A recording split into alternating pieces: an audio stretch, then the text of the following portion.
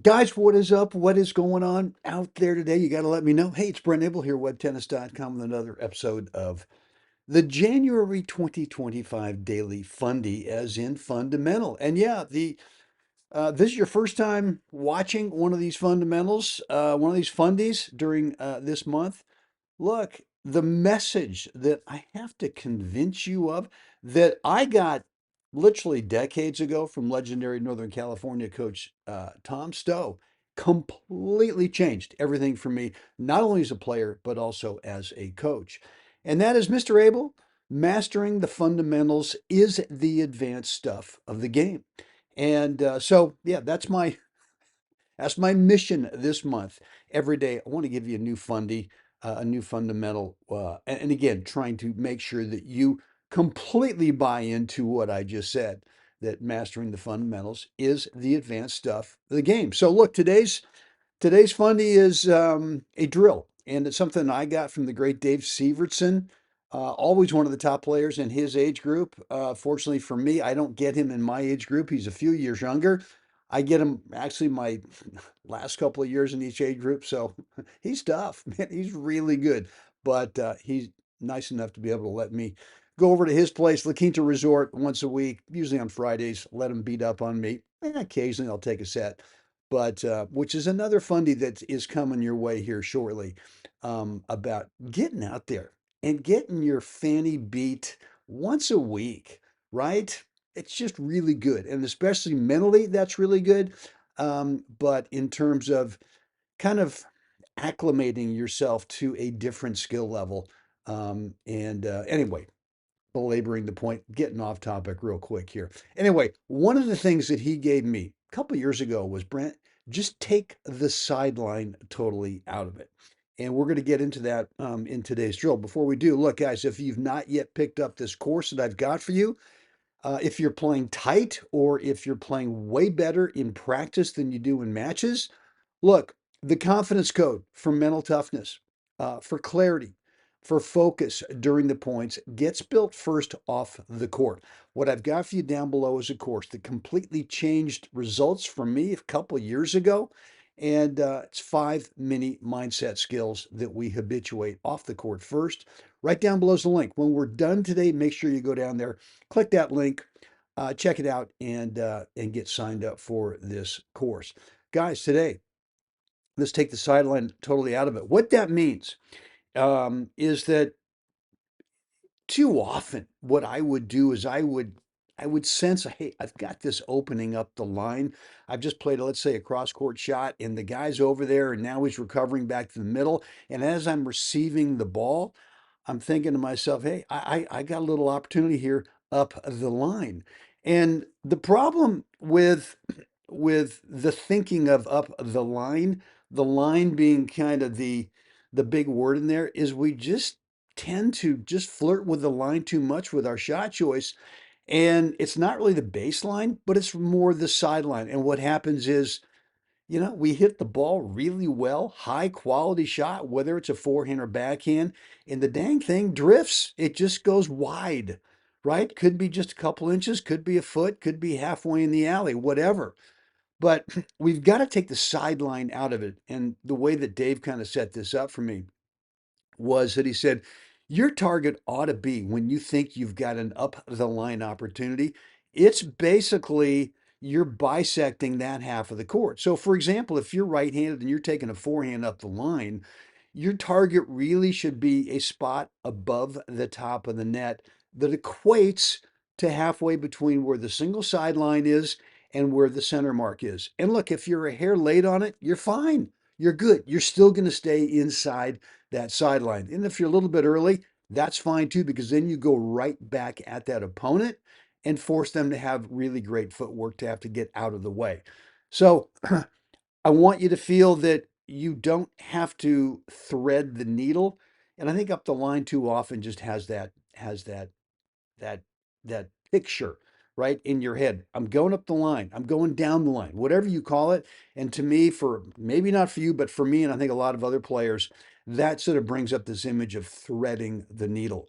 And I think what you're going to find is that when you take the sideline out of it, meaning that your initial target is kind of that halfway point between the single sideline and the center mark, you're going to find that a lots of times that opponent over there just never gets to it. Or if they do get to it, you've stretched them out to where their stroke mechanics, their swing tech gets compromised, and at best for them, they just kind of throw in a sit and duck there for you, a real big time offensive opportunity to be able to possibly end the point on that next shot.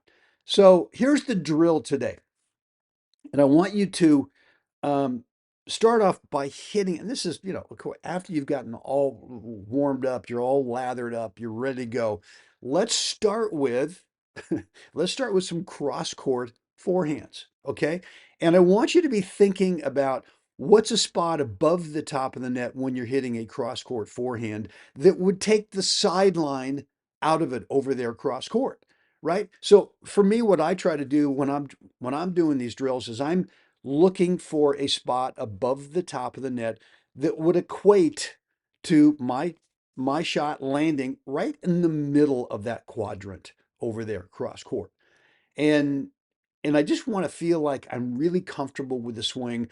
We've talked about smooth recently, super smooth with it, but just where's the spot above the top of the net that would equate to your shot landing right in the middle of that quadrant? I'm not talking about pushing, right? I'm talking about a high quality spin, high quality swing speed, but you feel that you're taking that cross court sideline out of it. Do that for 5, 6, 7 minutes, get a little water, and then now let's go back and let's do the same thing up the line where it's a forehand. For you, let's say, for example, as your right-handed player, from the deuce side, you're going up into that practice partner's ad side, and you're looking for that spot above the top of the net that would equate to your shot landing in the middle of the quadrant between the single sideline and that center mark. And the whole thing here is that you want to start to believe and trust that not only can you make this shot every stinking time, and when you don't on that one time when you miss it, like when I miss it now and the thing drifts wide, it's just a reminder to me that, you know what, let's just bring it back in. I'm not thinking about swing tech, not thinking about, how do you manufacture this shot up the line. All I'm thinking about is, okay, all right, that's just an old habit of maybe the ball drifting a little bit wide or thinking being too close to the line is where you want to be. I'm now thinking, all right, let's just bring it back in. Let's take the sideline totally out of it. And again, I want to belabor the point that when you do this, you're going to find lots of times in matches when you take the sideline totally out of it, you're going to find that opponent never gets to the shot that you just hit. And if they do, man, you're going to, I mean, you got to be looking. If you've hit the ball exactly where you want to, you've taken the sideline totally out of it. I want you to be looking for the possibility that opponent's going to get to it, and it's going to be short. And you can't be surprised by that. You got to be looking for it, right? So that's the drill for today. Simple drill. And it kind of goes back to a couple of fundies that we've talked about earlier, which is number one, which is going to be, well, what's the spot above the top of the net, right? That's your target. And the spot above the top of the net equates to where you want that ball to land over there, right? So that's number one. But number two, let's make sure that we're using the fundy that we did recently, which is smooth, right? Making sure in your mind's eye you get the target, but you're smoothly with your swing. You're absolutely swinging right through that target above the top of the net. And let's do it to the middle of the quadrant, whichever one you're doing, cross court or up the line. And I think what you'll find is once you start doing that, once you start building some confidence that you don't need to thread the needle up the line, that you're going to find that you're going to win a lot of points, a ton of points by doing that. All right, guys, look, that's it for me today. Before we do a little deeper dive on what I've got for you with building confidence off the court first, make sure that if you love today's video, please click the like button. And for sure, if you're not subscribed to the channel over here at YouTube, please do so so that you're always alerted every time I go live and or upload new content. And leave me a comment or a remark, a question down below. Always love to read your stuff and respond as well. Look, guys, if you've not yet picked up my course, 5 mini mindset skills that really build the confidence code for mental toughness off the court first. So we eliminate that feeling of playing tight at the end of sets, end of matches, kind of hoping that opponent over there just gives us the rest. We've worked our fannies off to get to this, right? Maybe we're serving at 5-4 in the set, and now we're kind of going, okay, well, please, please, I'm hoping. No, no, we got to have clarity. We got to have focus. We got to have that confidence that we can take ourselves across the finish line and get the W either at the end of the set or the match. It's up to us, right? We've got free will to think any way that we want, right? And so playing tight or just kind of going with a hope strategy at the end of the set of the match um, is just letting your mind wander into areas that just we don't want to go to.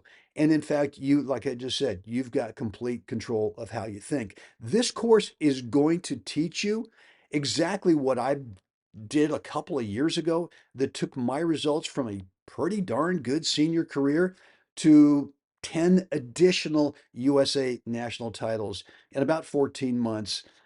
Brian Cheney and I won the World Doubles title in Mallorca back in October of 2023 and ended up getting ranked one in the world, the ITF World Rankings.